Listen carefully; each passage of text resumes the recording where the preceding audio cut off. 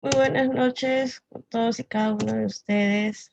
Eh, para los que no me conocen, mi nombre es Mary Coyagua, soy licenciada en Administración de Negocios Internacionales por la Universidad San Marcos y máster en Dirección de Empresas por la Universidad Politécnica de Valencia de España.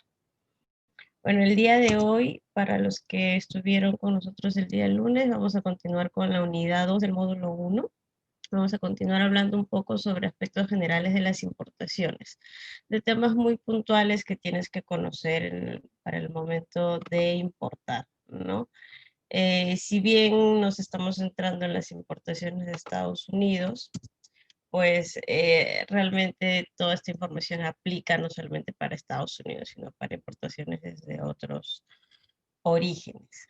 Si tuviesen alguna duda, alguna consulta, me dejan saber por el chat, por favor. Como el día lunes, pues vamos a ir viendo sus preguntas a las 8:30, perdón, a las 10:30, y antes de terminar, 5 minutos antes de las 11, pues revisamos, o 10 minutos antes de las 11, revisamos si tuviesen alguna otra duda más. Estoy intentando abrir el chat y no me deja. A ver, denme un segundo, por favor. Ah,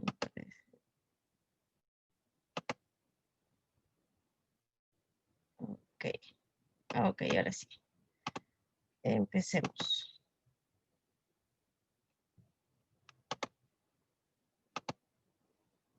Bueno, vamos a hablar un poco sobre los Incoterms, el transporte internacional en las importaciones, cuál es el tipo de documentación en el transporte internacional y algo que muchos preguntan es si podemos importar como persona natural o como persona jurídica, es decir, como una empresa. Comencemos con los Incoterms. Bueno, ¿qué son los Incoterms? La palabra Incoterms como tal es una palabra compuesta, significa los International Commercial Terms, que realmente son reglas internacionales. Al día de hoy estamos con la versión 2020, los Incoterms tienen una versión cada 10 años, ¿ok? Y son elaborados por la Cámara de Comercio Internacional. Son adaptados cada 10 años de acuerdo a la realidad, porque debemos saber y estar conscientes de que el comercio internacional pues no es estático y por lo tanto varía año a año, varía de acuerdo a la situación actual en el contexto en el cual nos encontramos. Okay, entonces, como ya lo hemos dicho, son reglas internacionales para quién, para definir ciertas responsabilidades en ambos lados. Eso quiere decir, tanto los derechos que tienes tú como comprador y las obligaciones que tienes tú como comprador, como importador. Y también, evidentemente, define derechos y obligaciones del exportador, es decir, de tu vendedor, ¿no? Aplican, los Incoterms se aplican a nivel internacional, son los mismos aquí en Perú, como en Estados Unidos, como en China o en cualquier otro país. ¿Ok? Y nos sirve, en resumidas cuentas, para evitar confusiones, evitar dudas que tengamos durante nuestra operación de comercio internacional. Ahora, ¿qué exactamente regulan los Incoterms? Podemos decir que los Incoterms regulan las condiciones de la entrega de la mercadería. Así, por ejemplo, si hablamos de un Incoterm en términos export, en la siguiente lámina vamos a ver cuáles son y cuáles son los nombres de cada uno de ellos. En el Incoterm export, la entrega de la mercadería es en la fábrica de tu proveedor. En la fábrica, almacén, depósito, pero es en el establecimiento del proveedor, del vendedor. Eh, ¿Qué más regulan? La distribución de riesgos de la operación. Evidentemente, si tu proveedor entrega tu mercadería en su fábrica, en su almacén, pues este va a asumir los riesgos hasta que te entrega la mercadería en su almacén. Lo que pueda ocurrir después de eso ya no va a ser su responsabilidad. Que también regula la distribución de costos. Si bien es cierto, el Incoterm no define el precio como tal, pero sí te deja un escenario claro de cuáles son los costos que tú vas a asumir como comprador. Nuevamente, si vemos el ejemplo del Incoterm Export, que el proveedor lo deja en sus instalaciones, sea su fábrica o su almacén, pues el único costo con el cual va a incurrir va a ser el costo de producción de la mercadería propiamente y posiblemente el costo del embalaje, ¿no? Para una exportación adecuada, para un envío correcto en el cual la mercadería no sufra ningún daño. De ahí no hay ningún otro costo en el cual vaya a incurrir, pero si tú compras o tienes un contrato de compra-venta con un Incoterm distinto al export, llámese un FCA, por ejemplo, pues ahí tu proveedor tiene que asumir también el costo del flete interno, del traslado interno desde su fábrica hasta el punto en el cual ustedes acuerden. Llámese el almacén en Miami, por ejemplo, ¿no? ¿Qué más regulan los Incoterms? Pues la distribución de los documentos en una operación de comercio internacional. Nuevamente, si hablamos de un Incoterm Export, pues el único documento el cual tu proveedor te va a emitir propiamente es la factura comercial o el commercial invoice. Es posible que también te emita el packing list, como ya lo revisamos el día lunes, que es un documento no obligatorio, pero sí que sirve de mucha ayuda si estamos hablando de varios productos y que están distribuidos en distintas paletas, ¿no? Si estamos con un Incoterm distinto, como un Incoterm CIF, C y F, por ejemplo, entonces tu proveedor tiene que emitir factura comercial, tiene que emitir el BL si fuese un envío marítimo, la guía aérea en caso fuese un envío aéreo, y también la póliza del seguro. Entonces, vamos viendo que dependiendo del Incoterm que vayamos a utilizar en nuestra operación de comercio exterior, pues se van definiendo ciertas responsabilidades, ¿no? Ahora, ¿qué no regula? No hay que confundir, por ejemplo, los Incoterms no nos ayudan o no regula la forma de pago y el precio. La forma de pago tienes que determinarla tú con tu proveedor si estamos hablando de una mercadería mayor a $2,000 y, por ejemplo, hay algunos proveedores que te piden el 30% de adelanto cuando colocas un pedido y la diferencia cuando ya lo embarcan. Hay otros que te piden el 100% de adelanto. Si ya tienes mucho tiempo trabajando con tu proveedor, pues ya no te pedirán ninguna suma adelantada, posiblemente tengas crédito 30 a 60 días. El precio igualmente lo defines tú con tu proveedor, es una negociación en el cual Incoterm, pero sí influye, no determina el precio, pero sí influye, ¿ok? Aspectos jurídicos relativos al transporte tampoco están involucrados con el Incoterm. Y en líneas generales, para no detallar uno a uno, pues recordemos o seamos muy específicos en tener en cuenta que los 5 terms son parte del contrato de compra-venta internacional. Es decir, no reemplaza el contrato de compra-venta. En un contrato de compra-venta internacional que tú establezcas con tu proveedor, hay distintos puntos que tienes que resolver. Uno de ellos es en qué Incoterm es que vas a comprar. ¿Okay? En un contrato de compra-venta vas a ver quién adquiere el seguro o si no viene asegurada la mercadería, cuál es la forma de pago, si vas a trabajar con transferencia, con carta de crédito, cláusulas especiales de repente, dependiendo del tipo de mercadería que vayas a traer. ¿Okay? Ahora, ¿cuáles son y cuántos son? Pues en la versión 2020 se han reducido los Incoterms y tenemos actualmente 11 Incoterms. ¿Ok? No vamos a hablar cada uno de ellos porque nos tomaría una unidad completa, sin embargo vamos a dar un pequeño repaso de cada uno, porque es bueno que conozcas esto, cuáles son y en qué se diferencian. Hay algunos que dividen los Incoterms, por ejemplo, del grupo F, si te das cuenta, con excepción del primero, los tres siguientes comienzan con letra F, continúan los del grupo C, los del grupo D. Hay otros que los clasifican dependiendo en el tipo de transporte que lo vayas a utilizar, ya que algunos de estos solamente se pueden aplicar para transporte marítimo, otros para transporte multimodal. ¿Okay? Así que el primero de ellos, por ejemplo, es el Incoterm Export. Como ya lo habíamos comentado en la lámina anterior, el Incoterm Export nos habla sobre esta mercadería que tu proveedor lo va a dejar en su fábrica, en su almacén o en donde él considere oportuno. Okay. En este Incoterm, el único costo en el cual va a incurrir tu proveedor es en el costo de la mercadería propiamente y en su embalaje. Luego tenemos el Incoterm FCA. El FCA significa Free Carrier To, y es un punto en el cual ustedes acuerden con su proveedor. Puede ser un almacén externo. Si estamos hablando de Estados Unidos, por ejemplo, en Estados Unidos se suele usar mucho el Incoterm Export y el Incoterm FCA. Los americanos no se quieren complicar mucho con el tema de que tienen que pasar aduana o si tienen que contratar el transporte internacional. Ellos prefieren que tú con tu forwarder vayas a recoger la mercadería y que tú te encargues de todo el proceso. Ese sería un Incoterm Export, por ejemplo. Y un Incoterm FCA Miami significaría que tu proveedor en Estados Unidos tiene que dejar la mercadería en un almacén en Miami, en el almacén que tú le indiques.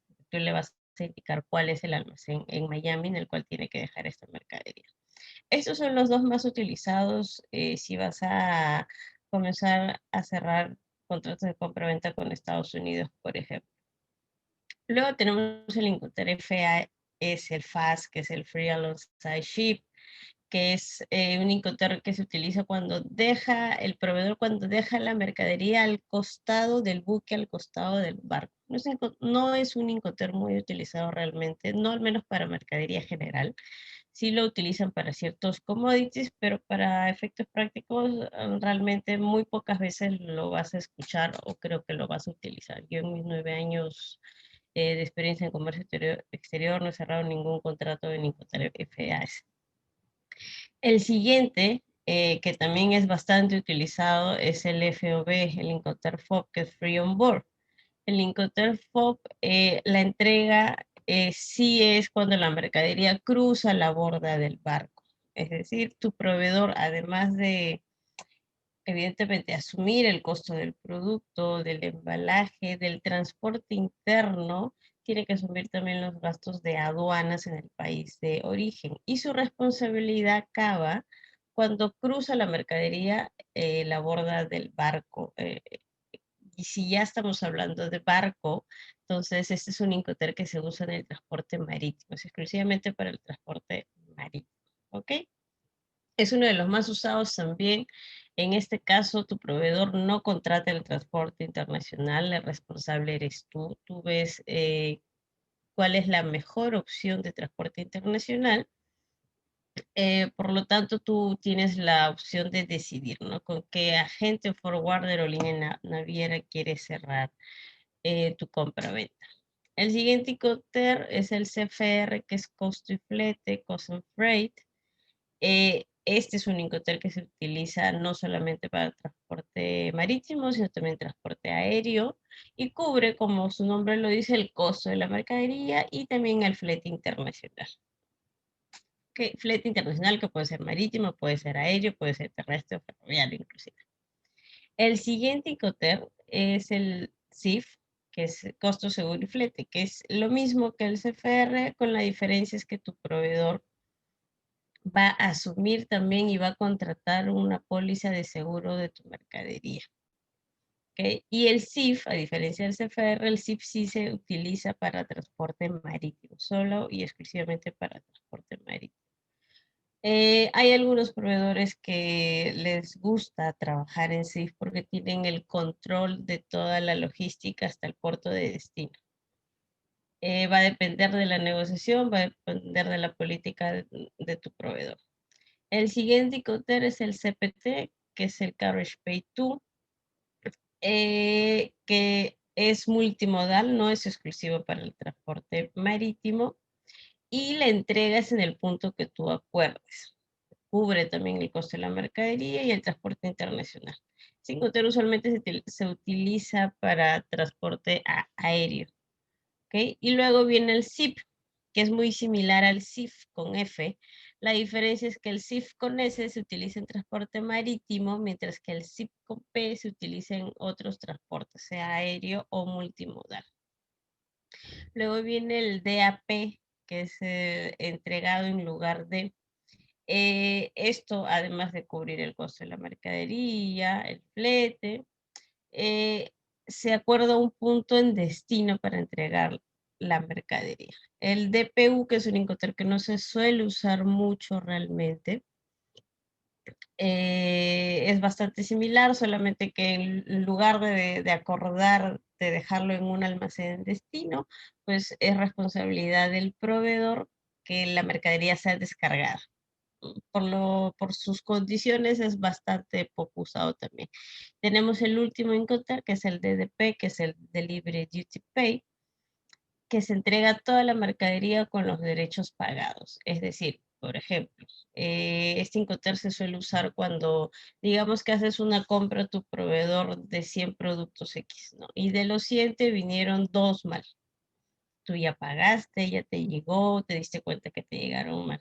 Entonces, no es tu responsabilidad que hayan llegado 2 productos malos, que hayan llegado 2 productos dañados. Entonces, en ese caso, deberías, por ejemplo, negociar con tu proveedor y decirle, ¿sabes qué? Me han llegado 2 productos malos, necesito que me envíes las 2 piezas correctas o necesito que me envíes las 2 piezas sin ninguna falla. En ese sentido, como tú ya pagaste en una primera vez por esa mercadería, pues no tendría lógica que vuelvas a pagar por una pieza que ya pagaste. Entonces, si tuvieses esa situación, pues deberías utilizar el Incoterm DDP. Es decir, el proveedor asume todo el flete internacional, asume los derechos que se puedan ocasionar cuando envíe la mercadería, asume la aduana aquí en destino. Asume todo el proceso desde que sale desde su fábrica hasta que te lo entreguen en tu oficina, en tu casa. ¿Cuáles son los más utilizados en el día a día? Realmente es el Incoterm Export, el FOB y el CIF. Son los que por costumbre, por uso y por práctica del comercio exterior se utilizan más. Así que vamos a hablar de estos 3 para ahondar un poco más en esta información. Ahí, por ejemplo, ves que tienes el Incoterm Export. Está la fábrica del exportador, puede ser el almacén del exportador, y solamente tu proveedor deja la mercadería en fábrica y tú como importador tienes que recoger la mercadería, eso lo vas a hacer a través de un forwarder, tienes que contratar el seguro, el transporte, bueno, el seguro es opcional, sin embargo siempre se recomienda que contratemos un seguro para evitar cualquier imprevisto, ¿no?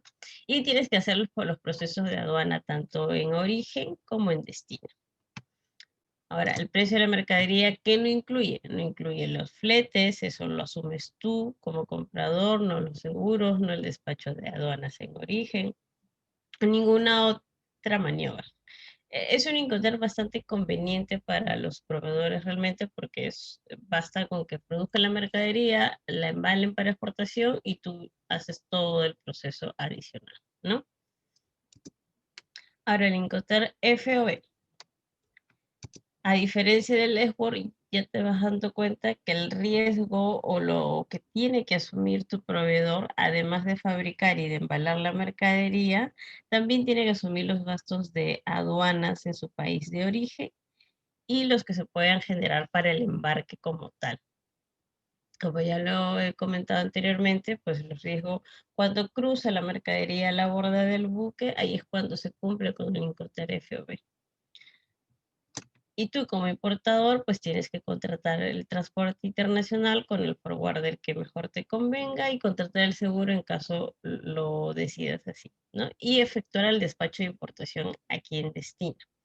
No incluye en la mercadería los fletes internacionales, eh, cualquier maniobra en puerto después de que cruza la borda del buque y finalmente el Incoterm CIF. El Incoterm CIF, si te das cuenta, cubre las mismas maniobras que en el Incoterm FOB, solo que hay que sumarle que en este caso hay que contratar el transporte internacional, lo va a hacer tu proveedor, y el seguro también lo va a contratar tu proveedor. Y tú como importador, pues tienes que realizar el despacho ante aduanas aquí en destino. ¿Ok? Ahora te preguntarás, ¿y cuál me conviene? Realmente va a depender mucho, va a depender del tipo de negociación que tengas tú con tu proveedor, va a depender si recién es la primera vez que estás comprando, de repente si la primera vez que estás comprando no tienes mucho poder de negociación con tu proveedor, va a depender del tipo de mercadería que vayas a comprar. Pero algo de lo que personalmente te puedo recomendar y sugerir es que no compres en Incoterm SIF. ¿Por qué no compres en Incoterm SIF? Porque en Incoterm SIF, acuérdate que es tu proveedor quien contrata el flete internacional. ¿Eso qué quiere decir? Que tu proveedor va a escoger, va a elegir el forwarder o la línea naviera que mejor le convenga a tu proveedor, que posiblemente pueda ser un forwarder de renombre o una línea naviera que sea muy conocida en el mercado.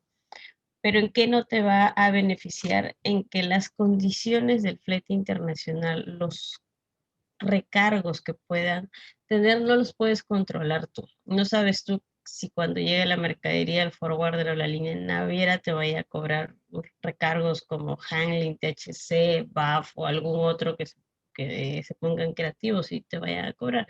Sin embargo, si tú contratas el flete internacional, es decir, si tú compras en FOB, pues tú vas a decidir y tú vas a negociar con tu forwarder cuáles cuáles van a ser los costos o los posibles recargos en los cuales puedas incurrir al contratar el flete con este forwarder o con esta línea naviera. Entonces, personalmente te recomiendo que no contrates en Incoterm en caso vayas a comenzar en este mundo de las importaciones. Y te preguntarás, ¿y si yo compro en una plataforma web tipo Amazon, eBay o alguna de ellas? Pues realmente cuando nosotros compramos por las plataformas web, los Incoterms están presentes de forma indirecta, por así decirlo, porque no es que te detallen en tu factura Amazon, por ejemplo, si tu Incoterm es FSA o si es Esword. Sin embargo, en la práctica sí se da, porque en el supuesto de que compres, por ejemplo, en Amazon lo que hace es te pide la dirección en la cual va a entregar tu mercadería. Si es un almacén en Miami, pues ya estamos hablando que en la práctica estás utilizando un Incoterm FCA Miami. ¿Ok? Ahora, hablemos del transporte internacional.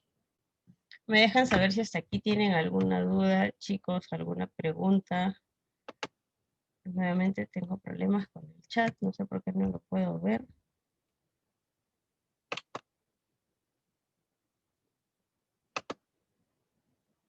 Ok, parece que no tienen dudas, no tienen preguntas, así que estamos. Continuemos entonces.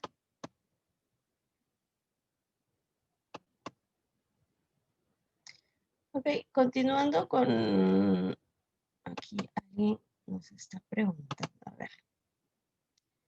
Camila nos pregunta: si compro en Amazon, ¿pueden enviarme directo a mi dirección? Sí, hay productos cuando tú compras en Amazon que están habilitados para entregarles en Perú. Sin embargo, como lo comenté en la clase del día lunes, tu rango de posibilidades o tu abanico de alternativas se reduce si solamente buscas productos que sean entregados directamente hacia Perú. Lo recomendable siempre es que compres con entrega en un almacén en Miami. Así, si tenías dos o tres alternativas, comprando con entrega en almacén en Miami, pues vas a tener de 20 a más inclusive. Va a depender mucho del tipo de producto, pero sí que hay algunos productos que pueden entregarse directamente desde la plataforma Amazon hasta Perú, pero demora bastante más que cuando lo entregas en un almacén en Miami. Ok, Mariceli nos pregunta: si es la primera vez que importo, ¿qué Incoterm me convendría? Depende el valor que vas a importar, si vas a comprar una plataforma web, si estamos hablando de una mercadería de más de $2,000. En líneas generales, lo que se recomienda, o lo que yo recomiendo personalmente, si estamos hablando de mercadería mayor a $2,000, pues lo recomendable es en un Incoterm FOB.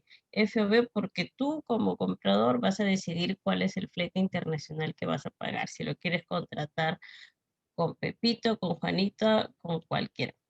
Pero tú estás manejando, tú tienes el control de cuáles van a ser los recargos, los posibles recargos que te vayan a cobrar, ¿ok?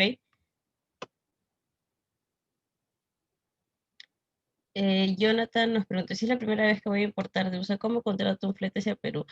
Te respondo rapidito, pero vamos a tener una unidad entera que es en el segundo módulo. Vamos a ver las posibles empresas con las cuales ustedes pueden contratar los fletes internacionales. Eh, Al día de hoy existen muchas empresas que realizan envíos de entrega rápida o que ofrecen el servicio de entrega rápida. ¿Cuál es su servicio? Su servicio es venderte el flete internacional desde Estados Unidos hacia Lima o hacia Perú en general. Te cobran por kilo, te cobran además un gasto operativo, un gasto de aduanas que lo denominan ellos, y además te cobran la entrega propiamente dicha, ¿no? ¿Cuáles son? Existen muchos en el mercado, al día de hoy es un negocio que se está expandiendo, te puedo mencionar algunos como Chasqui Express, por ejemplo. Em, También están otros como Aeropost, Aerobox, y así como ellos hay varios más. Jan nos pregunta. Buenas noches, por aéreo con servicio postal. Sí, el servicio postal aquí te refieres a Serpos. Sí, es un servicio que está funcionando.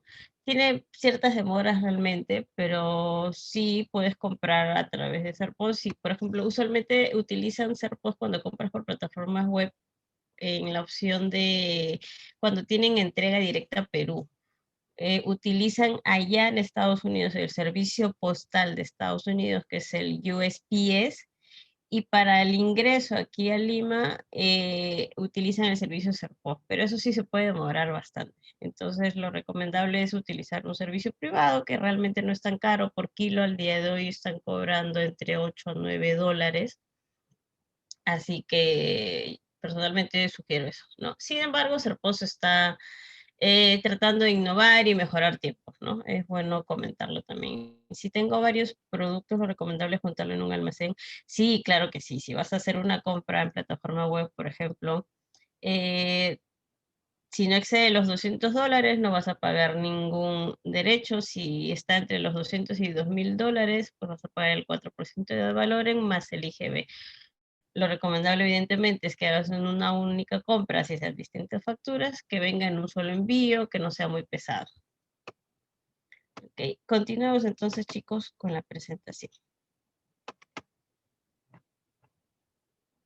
Todas estas preguntas que estaban haciendo sobre los almacenes y todo ello, como les comento, lo vamos a ver en el módulo 2, con ejemplos. Vamos a ver un caso práctico también de cómo hacer una compra por la plataforma. Vamos a ver los costos, cuánto te cobran los distintos operadores aquí. ¿Okay? Con respecto al transporte internacional, tenemos 4 tipos de transporte internacional. Los más usados son el marítimo y el aéreo. El ferroviario aquí en Perú no se da, sin embargo es bastante usado en la frontera de Estados Unidos con México. Y el terrestre aquí tampoco, excepto el transporte internacional, el comercio internacional que tenemos con Bolivia o con Ecuador, pero sí es bastante usado también en Europa, ¿no? Donde los tránsitos terrestres internacionales son mucho más cortos de los que tenemos aquí. Comencemos con el aéreo. ¿Por qué decidiría tener por qué decidiría, optaría por traer una mercadería por vía aérea? Evidentemente porque es mucho más rápido. Ya lo comentamos el lunes, un vuelo de Miami a Lima sale hoy en la mañana y llega hoy mismo por la tarde, ¿no? Si lo vamos a mandar por mar, por ejemplo, son 10 días. Es decir, si necesitas una mercadería de forma urgente, pues el transporte aéreo es lo ideal. La seguridad. Los siniestros en transportes aéreos tienen una menor probabilidad en comparación con otro tipo de transporte. La frecuencia de salidas también, bueno, exceptuando estas épocas de pandemia y de coronavirus en las cuales los vuelos han sido, la frecuencia de vuelos ha sido bastante recortada, pero en un escenario normal, pues tenemos vuelos creo cada 30, 20 minutos. Y la agilidad de los procesos. En el transporte aéreo, al ser más rápido por los tiempos y por el costo propiamente, pues el proceso del comercio es mucho más rápido porque también intervienen menos operadores, a diferencia del transporte marítimo. Ahora, ¿qué no es lo tan ventajoso? Pues evidentemente al ser más rápido y al ser más seguro y al haber mayor frecuencia, es más caro. ¿ok? Además, en un transporte aéreo tenemos ciertas restricciones con respecto al peso y al volumen.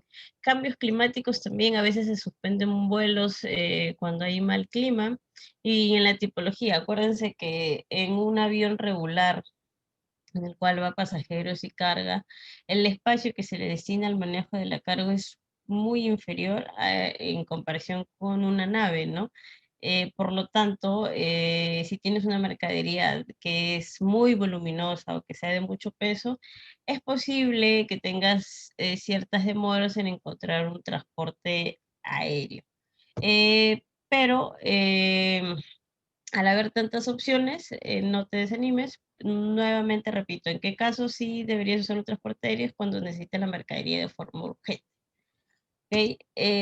En el caso de DHL, por ejemplo, deben saber que DHL tiene sus aviones propios, tiene sus flotas propias, y DHL tiene el servicio de Miami-Lima todos los días, es decir, todos los días vuela un avión de DHL desde Miami hacia Lima. Por eso el servicio de DHL, si bien es caro en comparación con otros operadores, por ejemplo, es bastante rápido. ¿Ok? Y para que vean la importancia del transporte aéreo, no solamente los operadores de comercio internacional están involucrados con el transporte aéreo.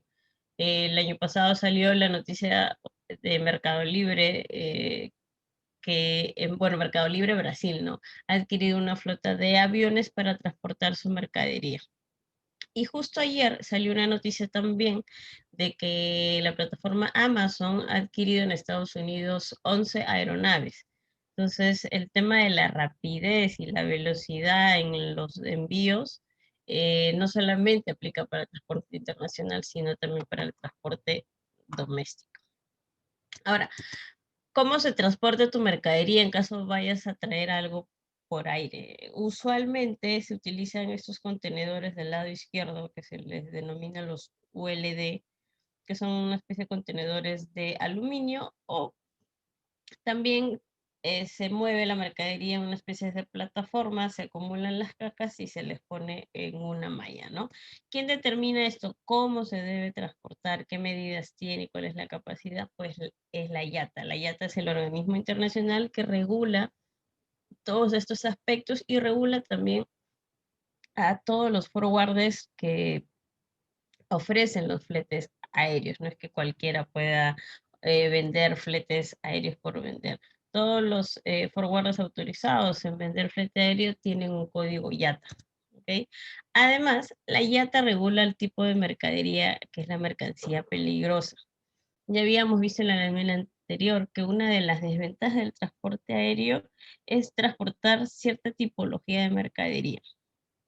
Esta, por ejemplo, si tienes mercaderías que son consideradas como explosivos, inflamables, sustancia tóxica, material radioactivo, tiene un tratamiento especial, porque al transportarse menor cantidad de carga en un envío aéreo, pues hay cierta mercadería, por ejemplo, un material radioactivo posiblemente no pueda volar junto con un líquido inflamable, porque a cierta altura estos productos pueden suscitar algún inconveniente, algún problema. Entonces, ¿quién determina eso nuevamente? Es la IATA y tu forwarder es el que te va a indicar si se puede o no se puede volar. Yo personalmente he tenido casos con mercadería peligrosa que me decían, ok, va a volar este viernes, por ejemplo, y llegaba el lunes, me decían, no, no ha volado porque había otra mercadería que viajaba en ese mismo vuelo y no se podían juntar ambas. Y bueno, y se suele dar cuando no hay mucha frecuencia de vuelos y cuando tenemos este tipo de mercadería. Pero si no vas a transportar mercadería peligrosa por aire, no te preocupes.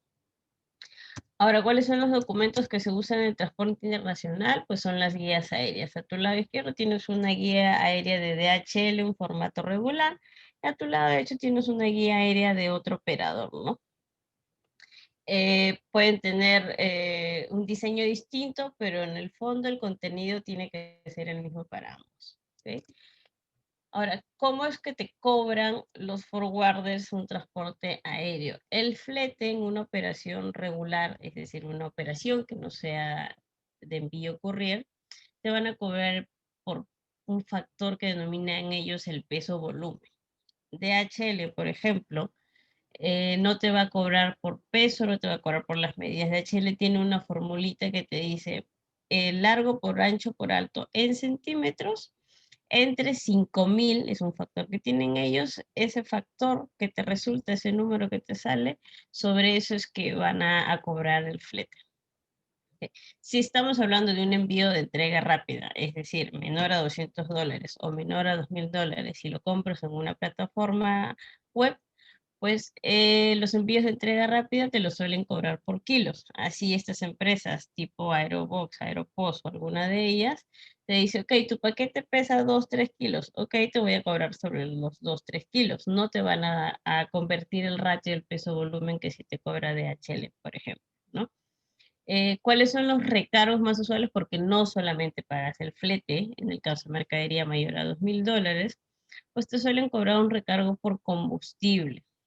Acuérdense que el combustible varía día a día, así igual como cuando van a llenar el tanque al grifo, hoy está a 10 soles, mañana puede estar de 50, lo mismo ocurre con el combustible para el transporte internacional. Por ejemplo, DHL este mes, porque DHL cambia mes a mes, el recargo de combustible está en 3.25% del valor del flete. Y usualmente te cobran gastos operativos, lo pueden llamar gastos operativos, lo pueden llamar handling, lo pueden llamar THC, que en el mercado está entre 30 a $35. Esto nuevamente para mercadería mayor a $2.000. Entonces acuérdate que no solamente vas a pagar el flete internacional, sino vas a tener un recargo de combustible y otro concepto por THC, gastos operativos o handling. ¿Ok? Ahora, en el transporte marítimo, evidentemente, es el transporte que mueve la gran parte de mercadería a nivel mundial. Si no es el 80, creo que puede llegar inclusive hasta el 90% del comercio mundial. Esta nave, por ejemplo, de la foto puede mover hasta 23.000 TEUs. Un TEU es un 20 Equivalent Unit, que es el contenedor este de 20 pies que vemos, ¿no? O sea, la capacidad que tienen es tremenda. ¿Cuáles son las ventajas? Pues la capacidad de transporte es muchísimo mayor que por un envío aéreo. Evidentemente, al mover más carga, al tener más volumen, sus fletes son más baratos. Y a diferencia del transporte aéreo, pueden transportar, digamos, una mayor variedad de mercadería, ¿no? Aquí se suele recomendar que si tienes mercadería peligrosa, mejor lo muevas por mar, que es menos restrictiva. Igual te piden ciertas cosas, te piden ciertos papeles y eso, pero por mar tienes mayor facilidad que por aire para mercadería peligrosa. ¿Qué es lo no tan bonito? Pues que el tiempo de tránsito es mucho mayor que en un aéreo y la tramitología, ¿no? La tramitología en el aspecto de que no solamente te contactas o no solamente está involucrado el forwarder con el cual tú contratas tu flete marítimo, hay muchos otros operadores que están detrás de toda esta operación del transporte marítimo y que de alguna manera u otra, pues a ti como importador te terminan cobrando todas las operaciones que hacen, ¿no? Las operaciones de cabotaje, de precaje. Por ejemplo, uno de los recargos que te cobran en transporte marítimo son los vistos buenos, que tú dices que es simplemente un sello que te pone el operador, que no lo negocias, es un cobro que ya está ahí. ¿Ok? Ahora, ¿cómo se transporta tu mercadería si vas a mover por contenedor? Como lo dije antes, un contenedor de 20 pies, un T que es 20 Equivalent Unit. Usualmente transporta 20 a 21 toneladas promedio y 30, 20, 28 metros cúbicos. Si recién estás comenzando, no te preocupes, muy pocos importadores en un inicio traen todo un contenedor completo, ¿no? Lo usual es que en un contenedor pues venga mercadería de distintos importadores. De repente de los 28 metros cúbicos que puede tener un contenedor de 20, pues a ti te corresponde 1 o 2 metros cúbicos. El otro tipo de contenedor bastante conocido es el de 40 pies, está el estándar y está el high Q. El high Q, a diferencia del estándar, es un poquito más alto y puede cargar un poco más de volumen. En pesos son bastante similares, ¿no? Y existen otro tipo de contenedores que dependiendo del tipo de mercadería. Por ejemplo, nuestras exportaciones que nosotros tenemos de frutas o de mercadería perecible en general se suelen utilizar contenedores refrigerados, que son distintos a los que ven aquí en la foto porque tienen que estar conectados. Existen otros como los open top, los flat rack, que es para transportar determinada mercadería. Ahora, ¿cuáles son los documentos que se utilizan en el transporte marítimo? Pues tenemos el BL, que es el que ven aquí al lado derecho. Está la información de quién exporta, quién importa, el puerto de embarque, el puerto de destino, cuántos bultos son, peso y cubicaje. Ahora, cuánto te cobran por el flete marítimo va a depender de qué puerto de origen lo traigas. Y a diferencia del aéreo, en el marítimo te cobran por tonelada o por metros cúbicos, el que sea mayor. Por ejemplo, en el caso de este BL es de 967.5 kilos. Es decir, no llega a una tonelada. Entonces, pero el cubicaje es de 4.763 metros cúbicos. Eso quiere decir que el forwarder para este BL me va a cobrar por el cubicaje. Es mucho mayor que el peso. ¿Cuáles son los recargos usuales? Pues los gastos operativos que te puede cobrar el forwarder, terminal handling también o THC y el release del BL, que es decir, la impresión del BL aquí, porque acuérdate que el BL lo puedes, si lo estás comprando en FOB, en Incoterm FOB, pues el BL se suele imprimir aquí en destino. Si lo compras en CIF, es decir, tu proveedor es quien contrata el flete, el BL te lo van a mandar desde su país de origen. ¿Ok? Ahora, algo que pregunta mucho y vamos a aclarar hoy es cómo importo, como persona natural o como persona jurídica, cuál me conviene o puedo importar como persona natural o no. Sí podemos importar como persona natural con DNI, no necesitas tramitarte ningún RUC en caso no lo quieras hacer. Solamente que hay que tener en cuenta esta información. Puedes hacer hasta 3 compras máximas durante un año calendario y cada compra no debe exceder los $1,000 o en su defecto, si no quieres hacer 3 compras, si quieres hacer una única compra, pues tu única compra puede ser por valor a $3,000. Ahora, ¿cómo ve la aduana cuando tú compras con DNI? Pues la aduana considera que tú estás haciendo una compra de uso personal. Eso quiere decir que si tú estás importando con DNI, pues no estás importando para comercializar, no estás importando para negocio.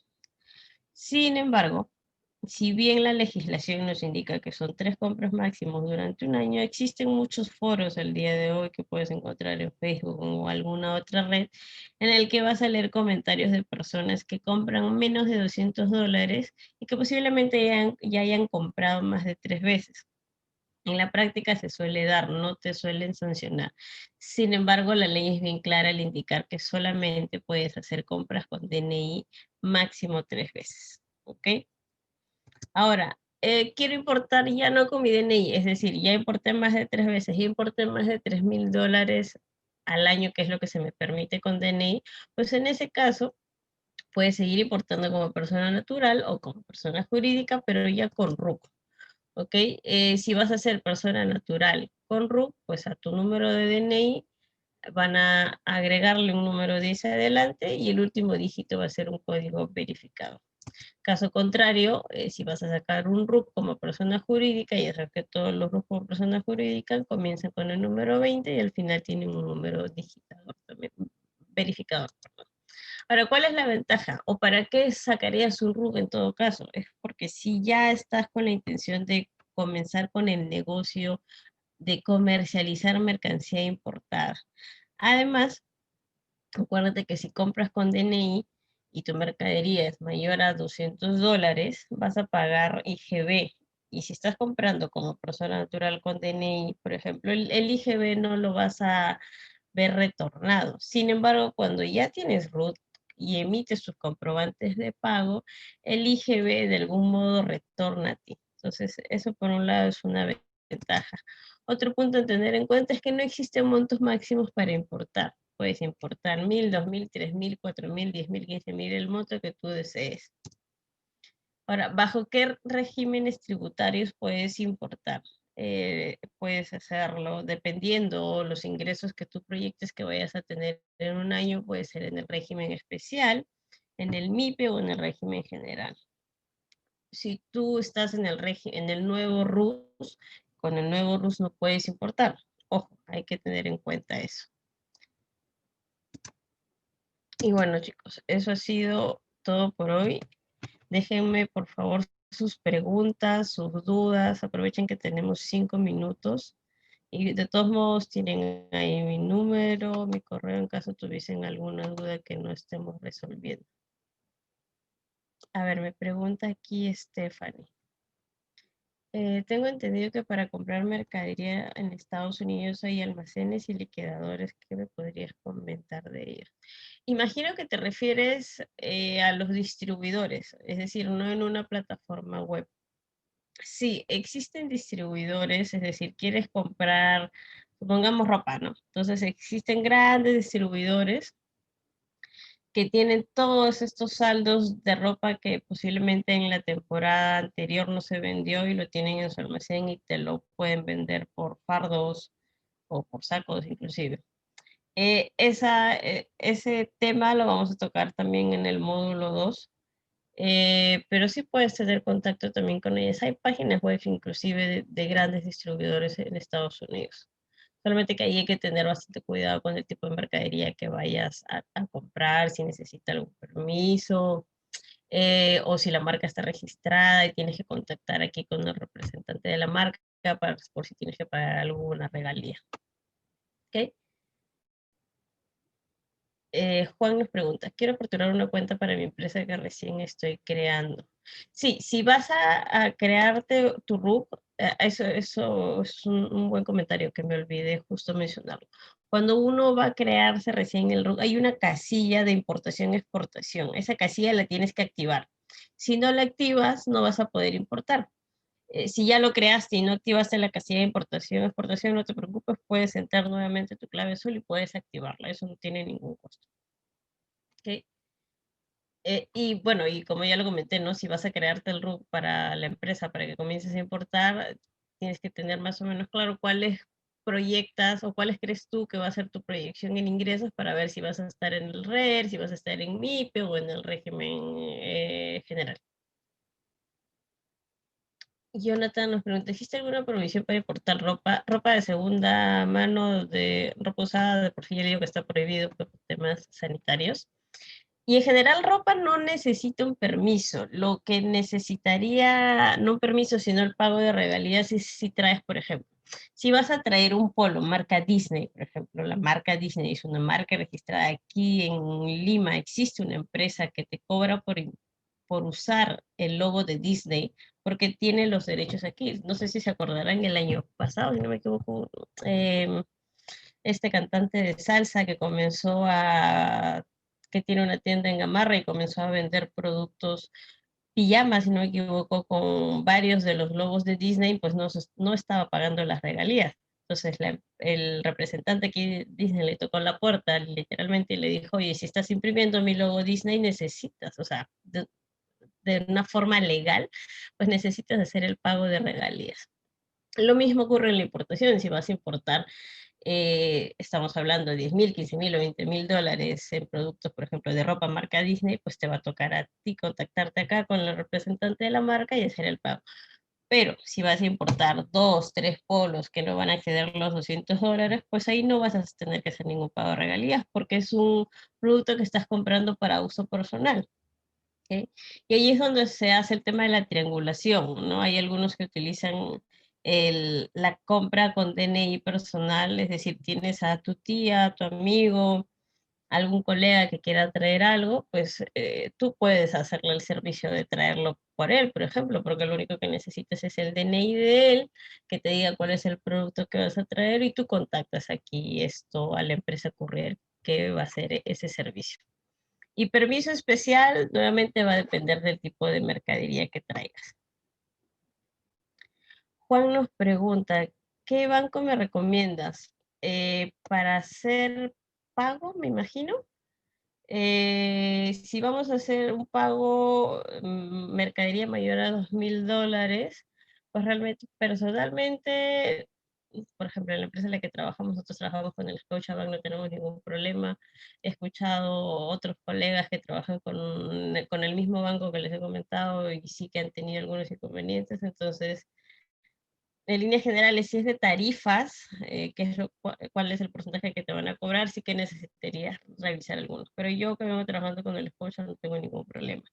Y si estamos hablando de hacer un pago vía plataforma web, yo pago con mi tarjeta de crédito en dólares y tampoco he tenido ningún inconveniente. Rolando nos dice, ¿puedo importar como RUC 20? Sí, claro que sí, puedes importar con RUC 20, solamente acuérdate de activar la casilla de importación-exportación. Y ya, Andy, si los pagos por PayPal, sí puedes hacer pagos por PayPal si no son pagos grandes, no pagos de 50, 100 dólares, 200 dólares. Si son pagos mayores a 3.000 dólares, la aduana te exige que tienes que utilizar una entidad bancaria. Y con tarjeta, sí, como lo he dicho hace un rato, yo he hecho compras en Amazon y he utilizado mi tarjeta de crédito. Solo que tienes que tener cuidado con el tipo de cambio en caso tu tarjeta sea en soles, ¿no? Porque ahí puede haber una diferencia que no estés. Sí, yo sí, sí, Marcelo. Juan nos dice, solo me falta aperturar cuenta para mi empresa jurídica. ¿En qué banco me recomienda? Bueno, como lo he dicho, o sea, existen muchas opciones actualmente en el mercado. Yo te recomendaría que revises, que por lo menos revises la tarifa de 3 a 4 bancos para que tengas una idea, ¿no?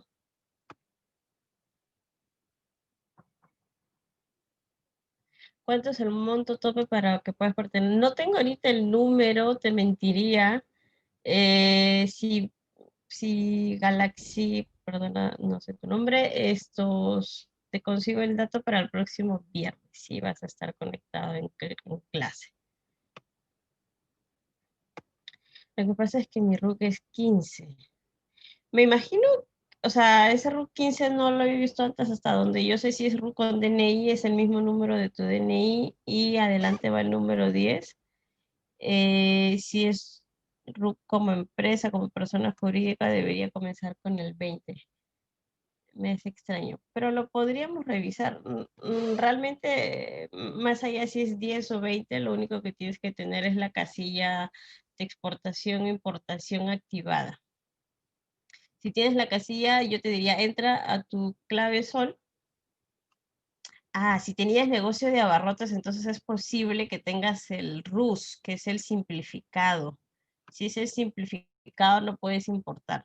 Tienes que estar o bien en el régimen especial, que es el siguiente al simplificado, o en el MIPE. Stephanie nos dice, quisiera comenzar a importar carteras, para ello necesito algún permiso. No, carteras no necesitas permiso para importar.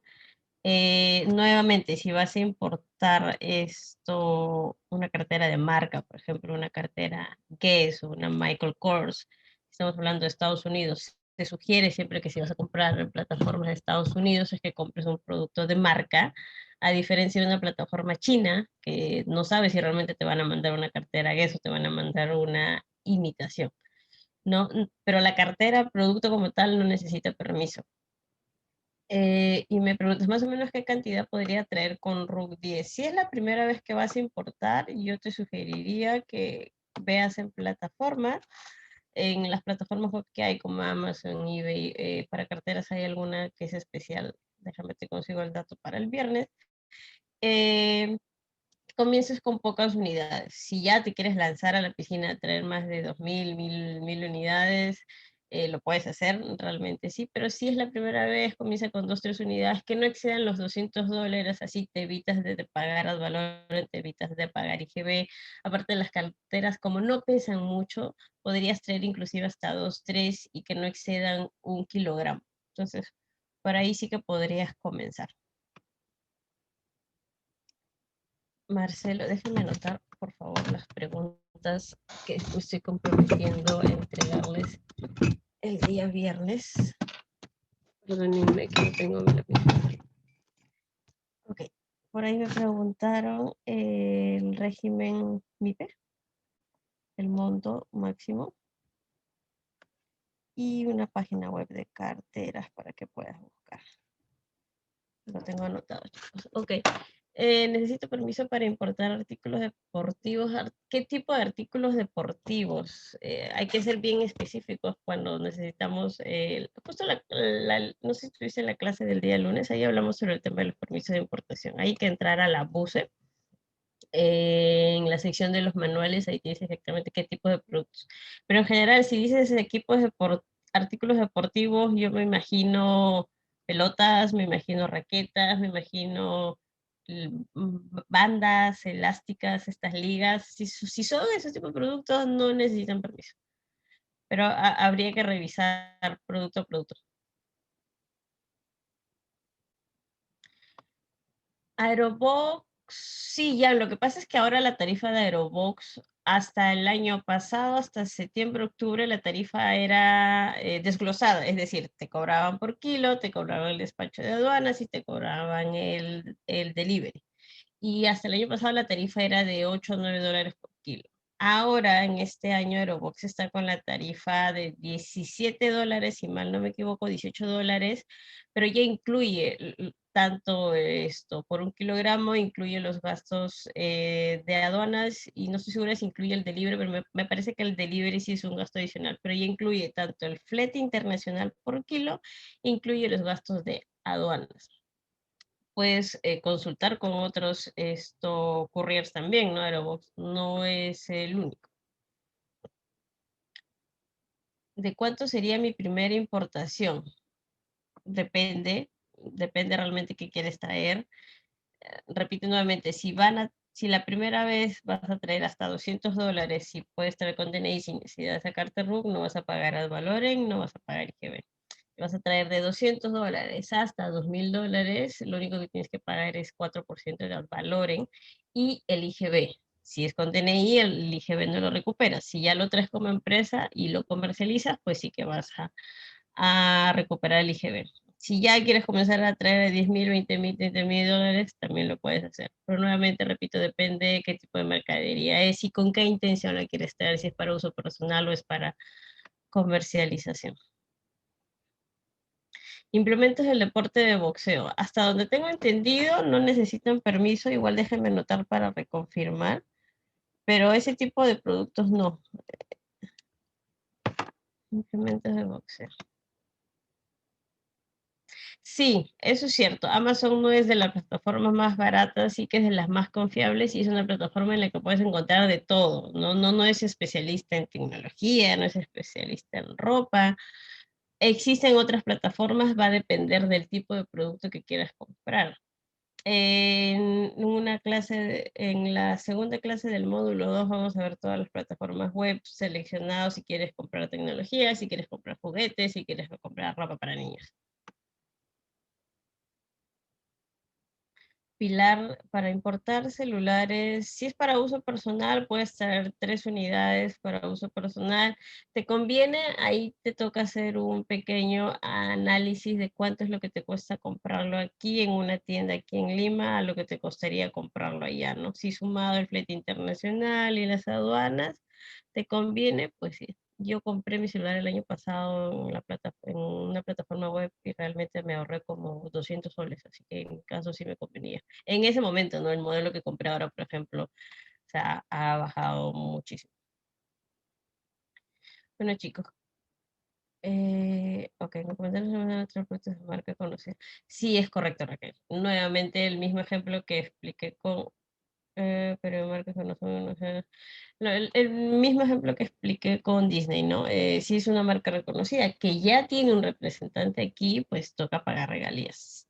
Excepto si vas a traer 2 o 3 piezas que son para uso personal, ahí no pasa nada, ahí no hay ningún inconveniente. Si no son marcas más que sean comercializadas, no es saber si aquí esto ya tiene algún representante o algún distribuidor oficial que haga el cobro de regalías. Pero si vas a comenzar a traer poco, ya te digo 2, 3, 4, 5 piezas, pues ahí no hay mayor inconveniente. Ok, chicos. Bueno, nuevamente, cualquier duda, consulta, tienen mi correo, mi celular. Para los que continúen las clases, nos vemos el día viernes. Que tengan una buena noche. Nos estamos viendo. Hasta luego.